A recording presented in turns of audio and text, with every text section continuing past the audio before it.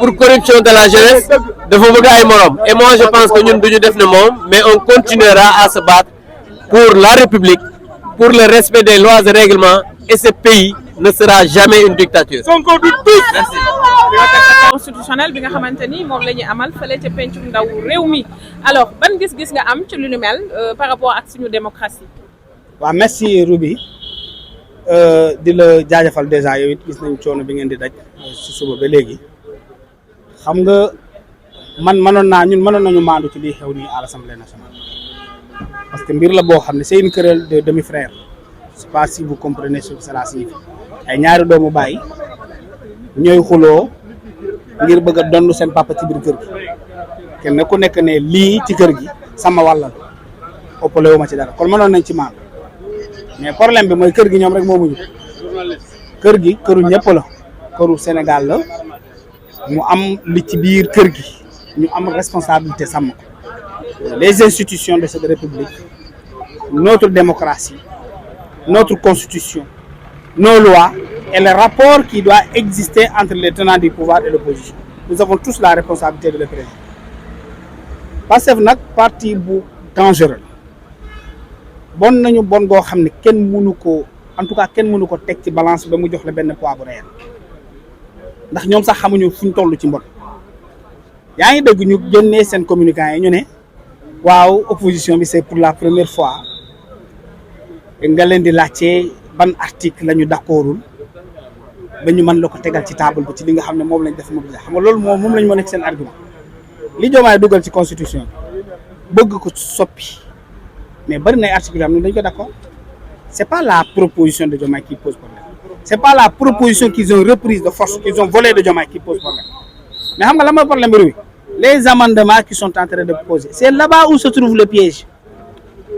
je l'ai dit et je le redis ici parce que je pense que vous avez les moyens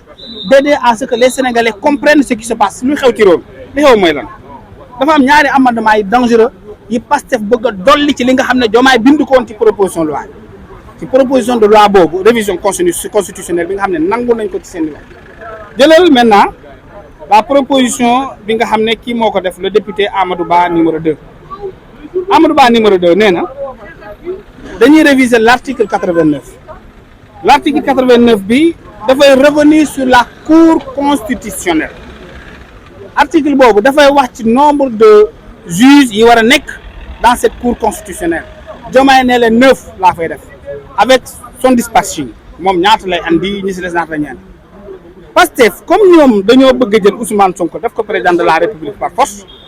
wala fexe ba mu tolloo ak Diomaye par force ñu ne léegi du nekk 9 dañ koy andi 3 parce que nag rompre 9 juges c'est pas facile ah mais yemuñu foofu ñu ne Sonko dafay proposer 3 députés 3 juges constitutionnels Ousmane Sonko non Bassirou Diomaye Faye président de la République proposer 3 waaye léegi Diomaye day morom Ousmane Sonko Diomaye mi nga xam ne sénégalais yi ñoo ko wateel ne ko yow yaay le gardien des institutions tu es le gardien de la constitution tu as la responsabilité de veiller à ce que ce pays-là soit tenu entre de bonnes mains et pour que ce pays puisse être tenu entre de bonnes mains il faut que nous ayons des institutions fortes ñu ne déedéet Ousmane léegi ak Diomaye ñoo tolloo doole Ousmane day nekk assemblée nationale lu Diomaye wax mu weddi ko ñu ne maintenant xam nga quand Diomaye a 3 Sonko am 3 muy ñaata muy 6 day des benn ñu ne léegi avocat yi ñoo tànn benn seen biir boole ko désigner ko mu dem rejoindre les autres 6 mu nekk 7 waaye léegi kooku Ousmane Sonko mën na ko corrompre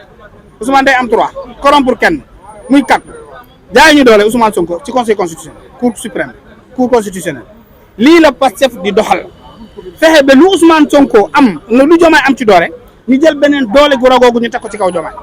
ndax le peuple war na mën a nangu loolu ndax les acteurs war nañ mën a nangu mais yemul foofu y a l'amendement plus dangereux mooy l'amendement Ayib Daffé amendement Ayib Daffé mu ne léegi moom comme moom dafa waane moom xam nga fan la jàngee droit moom dara ñoru ko lu dul Ousmane Sonko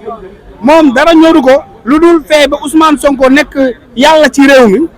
di dina ku ko neex di accuser ku ko neex ñu ne léegi président de la République ginnaaw bu ñu waxee ne dañuy jéem a définir lan mooy haute trahison te dugalu ko ci loi bi de amendement bi de te pourtant ci introduction bi loolu la andi mais ba léegi loi bi ba mu jeex doo gis fenn fu ñu définir haute trahison mu nekk tappale gi jekk mais nee nañu léegi président de la République assemblée nationale moo koy mën a accuser haute trahison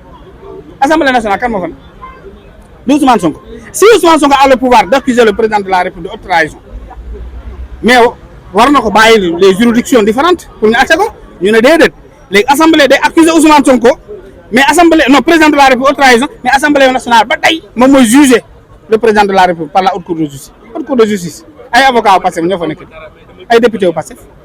mais c'est là où c'est dangereux lii la ñu waxul nit ñi léegi ñu toog jàpp ne ñu ne ay ngaaka lañu jànguñu xamuñu dara ay waaw c'est pour la première fois ngeen di gis ñu di wante ay loi tooguñu la ban loi moo baax lu Diomaye yóbbu assemblée nationale amul problème lu bëri nangu nañ mais seen amendement bi c'est là où se trouve le danger. C'est ça que vous devez expliquer aux Sénégalais. déclaration de politique générale bi aussi nee nañ kii nga xamante ne mooy premier ministre délai wu 3 mois rek la am pour ñoo def ko alors que gis nañ ne ki fi nekkoon premier ministre muy Ousmane Sonko toog na 8 mois soo ko ñoo def à l'Assemblée. Pour vous montrer la malhonnêteté des députés de Pastef tout ce qui touche à Diomaye ñoom dañ koy jéem a caxat-caxatee def ci li leen neex pour jaay Diomaye doole mais yemuñu foofu am na leneen lu ñu waxati encore maanaam nee nañu président de la république buy génn day def déclaration de patrimoine bu Ousmane Sonko nekkoon président de la république duñ ko wax mais yëpp à pire nee nañ ils peuvent même écouter faire entendre des juges c'est dans cette nouvelle constitution même yow bu ñu la neexul nii mën nañ la wax assemblée nationale neeru bi parce que nee nañ quiconque bàyyiwul kenn nee nañ assemblée nationale mën na toog kan na toog ci sa journal yow ne waaw Sénégal gii il faut que ñu wax ñu fan lañ dugal xaalis pétrole nee nañ dañ may convoquer assemblée nationale pour ma wax leen lan moo tax ma ne xaalis assemblée nationale bi dafa war a leer loolu constitution ndax loolu constitution buy may ay député ñuy dégglu juge dégglu avocat dégglu magistrat dégglu économiste journaliste commerçant sàmmkat bi béykat bi loolu mooy assemblée nationale lii la ñu bëgg a dugal ci assemblée ñu naan dañuy modifier et c'est là où le danger intervient et pourquoi ça devient dangereux parce que tout simplement la séparation des pouvoirs n'existera plus sous l'ère Pastef. Il y aura un seul homme hyper puissant Ousmane Sonko qui peut écouter tout le monde à l'Assemblée nationale soppi Assemblée nationale tribunal.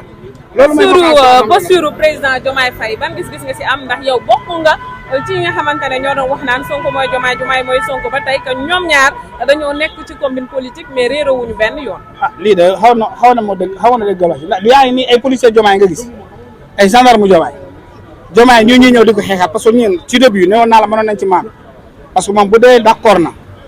moom mi nga xam ne yàlla moo ko tànn ci 18 millions de Sénégalais 20 millions de Sénégalais maintenant nguur nga xam ne yàllaa koy joxe Diomaye war a nangu ndogalu yàlla exercer son pouvoir mu jël doole gi nga xam ne yàlla moo ko jox mu dem delloo ko benn nit koo xam ne tudd nañu ko ci Sweet Beauty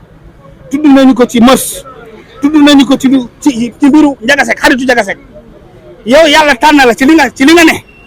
yàlla jëlee la njagañaaw bi nga xam ne nee nga yow sa papa gerte la doon jaay pour mu fayal la école malgré cela yàlla tànn la yow daf la président de la république ngay du mooyu ndogalu yàlla nga naa yow da nga koy jëbal nit ko xam ne dudd nañ ko ci lu ne 38 ans d'amitié avec Ndiagasek Sweet Beauty Adji Sarr xam nañu li fi ne leneen ak leneen tuumal nañ ko Ousmane Sonko ci réew mi yow nga jël li la yàlla jox yow nga jox ko jàmbur waaye Diomaye moom bu amee posture boobu man la laa ci man lu ma ci man moom moo ko nangu il n'a qu'à assumer après on verra il n'a qu'à penser à ses enfants parce que dans 20 ans dans 30 ans l'histoire parlera dans 50 ans on dira aux enfants de Diomaye sa papa bu ñu ko joxee nguur gi nii la ko defee woon nii la ko yoree woon maintenant si moom mën na dëkk loolu dëkkee ak loolu mën na nangu loolu njabootam mais c'est son affaire nous tout ce qu'on sait faire c'est de dire aux Sénégalais les enjeux et les enjeux qui se jouent ici c'est des enjeux politiques en faveur de Ousmane Sonko et contre le président de la République. merci mbokk yi ñoo ngi ak Ousmane Ndiaye moom mi nga xamante ne moo jiite jeunesse bu nouvelle responsabilité bu président Amadou Ba alors Ousmane yow bokk nga ci ñi nga xamante ne tey dañ fay teew ngir ñaawlu révision constitutionnelle bi nga xamante ni moo am fële ca pencum ndaw réew mi est-ce que da nga jàpp ne décision bu ni mel c'est antidémocratique wala tout simplement da nga ñëw comme citoyen rek pour protester. waaw au-delà des partis politiques de l'appartenance à des formations politiques jàpp naa ne bépp question boo xamante ne dafa lal wàllum constitution muy bànqaasu réew mi jàpp naa ne bépp sénégalais war na la mën a interpeller raison pour laquelle dëgg la ñun am na fi ñu bokk ñi jiite ndaw parti président Amadou Ba te képp koo xam aussi Sénégal xam aussi Amadou Ba ban taxawaay la yàgg am si wàllum constitution donc puisque il fut candidat et puis d'une majorité te bu ñu taxawee waxu rapport il a été contre te loolu yëpp sénégalais xam nañ ko donc ñun si loolu la ñuy inscrire mais au-delà de ça tey suñu taxawaay c'est au-delà de taxawaayu nitu parti mais nous sommes des citoyens qui sont là qui se sont bientôt réveillés aujourd'hui pour venir dire non à ce tripatouillage, à cette tentative de tripatouillage de la Constitution, à cette tentative de musulman de l'état de droit et des acquis démocratiques. Parce que mënuñu nangu xuloo am na wala xuloo amul ñun xamuñu mais ñun lu ñu intéressé mooy réew mi ku nekk war na mën a am majorité war na mën a am opposition mais am nay questions yoo xamante ne bu ñu ko bëggee laal dañu war a mën a woo toutes les forces vives de la nation ñu waxtaan si noonu la yàgg demee mais du clan wala ay quelques nit ñoo mën a taxaw peut-être tey am nañu majorité assemblée bëgg a def lan ne suba keneen bu jëlee tam bu ko neexee ne ku santul nii doo def lii wala def lii réew du doxee noonu raison pour laquelle la jeunesse de la nouvelle responsabilité et l'ensemble des forces vives sont levés très tôt ñëw pour taxaw ne dire non à ce tripatouillage.